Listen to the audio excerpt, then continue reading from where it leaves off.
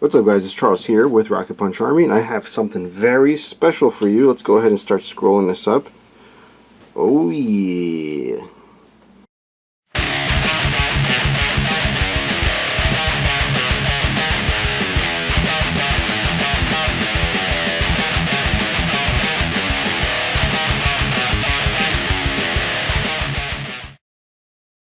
Guys, I'm very excited to bring this to you today.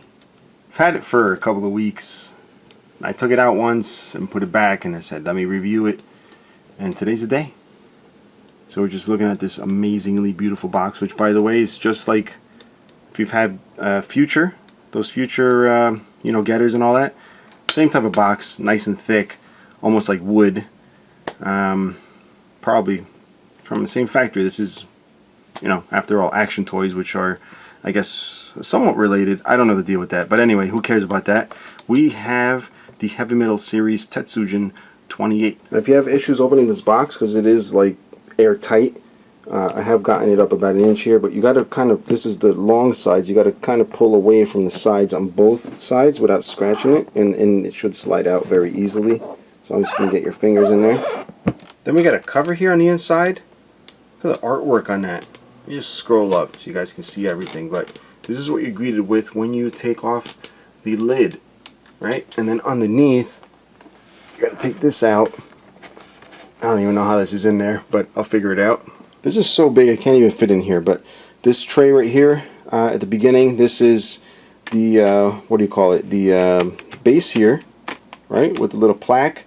You also got your hands and whatnot up here, the little ship for Shotaro, and little jetpack. Stuff like this bothers you. You definitely want to be careful taking them out. I mean, no matter what you do, you're going to have to grab onto this at some point and pull on it. But anyway, we're going to open this up. Hopefully he does not fall out. Let me hold him, because I'm sure he's going to fall out, because this is Rocket Punch Army review. And sure enough, he was on his way out. So I'm holding him so you can see, and pardon the horrible panning up, because this is just me by myself here. And boom, gigantic this thing is. Wow. I'm not even sure I'm ready for this. This is going to be the second time I look at this and the first time I freaked out. So let's get him out of the baggie. Wow, look at that, guys. Oh my god, this is definitely one of the most beautiful toys that I've had the pleasure of owning. And you do know I own tons, but there's nothing like this. It looks like a, it's a darker blue. For some reason on my, it's hard to tell because the viewfinder kind of shows him like really bluey, but he's like a dark blue, more like the original Godaiken. But it's just amazing. It's like not one, and I tried, believe me, I tried to find a defect on this guy. I could not find one little defect in the paint, because usually, my Future figures always have some kind of pube or fingerprints or sweater vest hairs on there. So this one is just absolutely perfect. I like what they did with the knees, which is like kind of protect them from the thing here from scuffing during shipping. Might just leave that there because I'm planning to put this guy away until I get a nice display area for him. But it's nice that they did that. Look at the holes, the way they covered. All the screw holes are covered. And this guy, by the way, is very heavy. I don't know what the deal is with this little hole right here. It looks kind of messy. And I think that's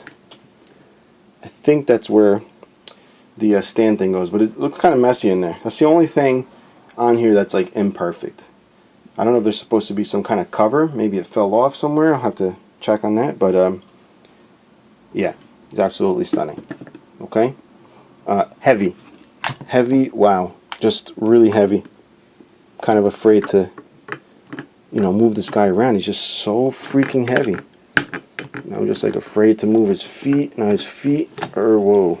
Actually, I'm a dummy. I had put the little cover thing inside this little instruction booklet. I just totally forgot about that. That's how long it's been since I got it. But yeah, a little cover thing is supposed to block this back here. If I can just get it in there, not backwards. Alright, just like that. We are going to put on some of his accessories now. So what I wanted to do is set up the LED feature. So unfortunately, it does not provide the LR726 button batteries, which I understand.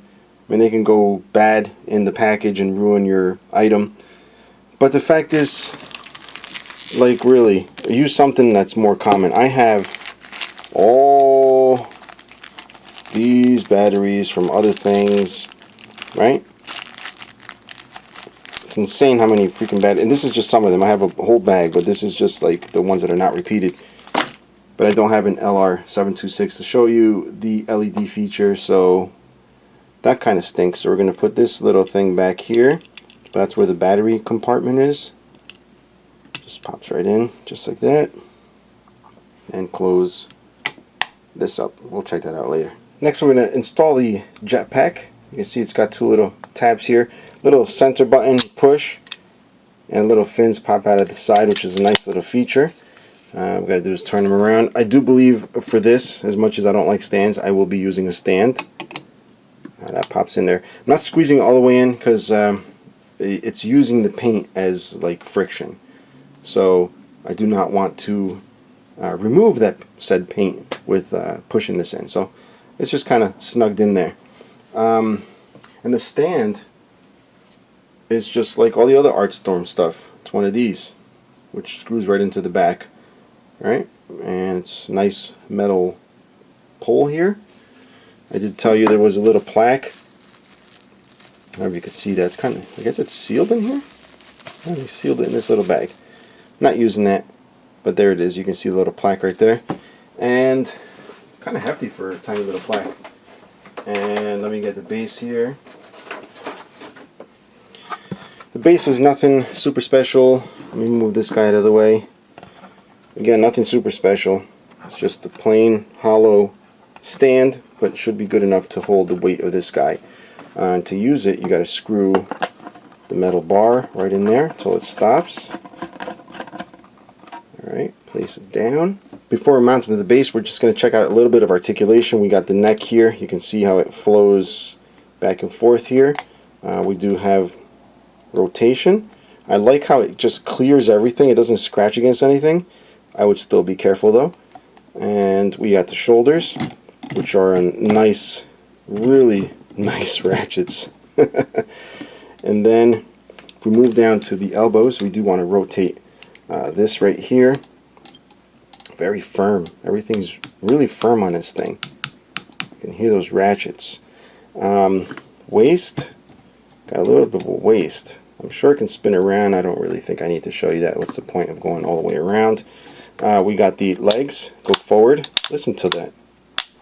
It needs hefty ratchets like that for this type of thing. It does have rotation of the thighs. Then we get to the knees. The knees also have very, very healthy ratchets. And then we got ratchets on the ankles. The hands are PVC. They are on a little ball joint here. You get some articulation. It also does have articulated hands. If I can get them out of this box here, I'll be able to show you. Right here. Look at that. They are, I think they're just bigger, right? But they are fully articulated. Got really nice paint on them. And they're on ball joints at the knuckles, so you kind of have to play with them to get them to be straight. But you can do pretty much whatever you want with these. And they're articulated on every single little point. They are a little awkward looking. You know, all, what do you call it, articulated hands tend to look a little strange. But it's kind of cool that you got that. And you can see the ball joint where it pops in right there. I am a little disappointed I can't show you the LED feature, which would be behind these eyes here. You can change, how is it, got to push it out, right? See, it's got the clear, what do you call it, clear plastic, so that the LEDs would shine through.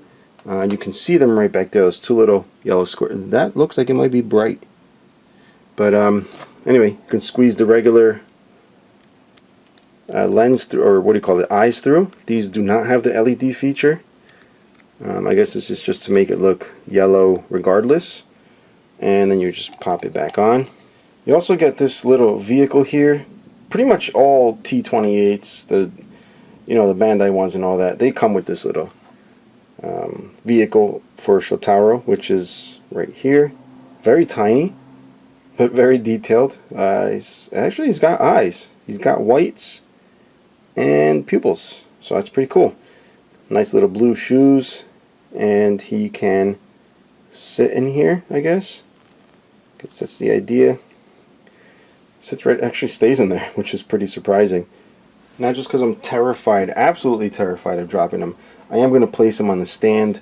This stand, like I said, is pretty much the same as all the Artstorm ones.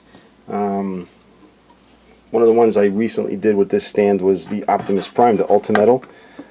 So what you want to do is you want to pop off, first of all, this little thing that's hiding the hole.